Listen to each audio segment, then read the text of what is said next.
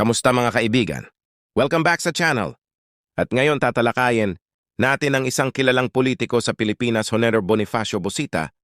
Kung interesado ka sa politika sa Pilipinas, manatili lang at aalamin natin ang kwento niya, mga kontrobersya at ang mga hamon na kinaharap niya sa kanyang karera.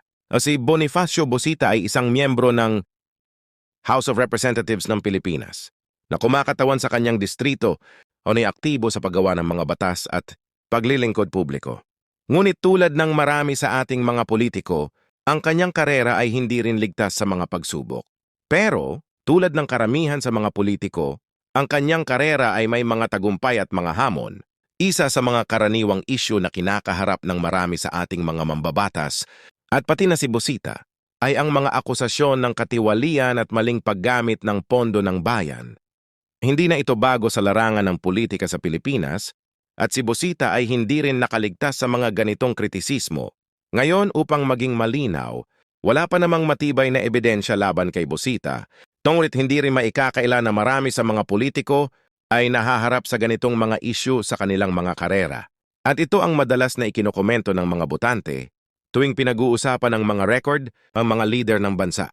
Si Busita, tulad ng maraming politiko, ay kailangang pagtagumpayan ang pabago-bagong kalikasan ng mga eleksyon sa Pilipinas. Yang banay alyansa sa politika ay nagbabago, may mga bagong kandidato na sumusulpot at paminsan-minsan ang mga batikang politiko ay nahaharap sa matinding kompetisyon.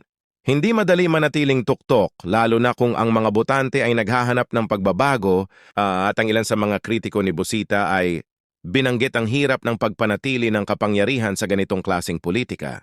Sa kabila ng mga kontrobersya, patuloy na nagsisilbi si Busita at kumakatawan sa kanyang distrito. Ang kanyang karera, bagamat may mga pagkukulang, ay nagpapakita kung gaano kahirap ang magtagumpay sa politika sa Pilipinas. Pinapaalala rin nito sa atin ang kahalagahan ng pagiging mulat at aktibo sa pagsubok na panagutin ng mga politiko. Kaya ano nga ba ang matutunan natin sa lahat ng ito? Una, na ang mga karera sa politika ay hindi simple, may tagumpay, may kabiguan at marami pang gray areas. Pangalawa, bilang mga mamamayan, mahalaga ang pagiging mapanuri at aktibo sa prosesong politikal at palaging itanong ang mga leader natin. Hindi man tayo pabor sa lahat ng kanyang polisiya, ang kwento ni Busita ay nagtuturo kung paano ang politika sa Pilipinas. Maraming salamat sa panonood at magkita-kita tayo sa susunod na video. Maging mulat at mag-engage sa ating politika.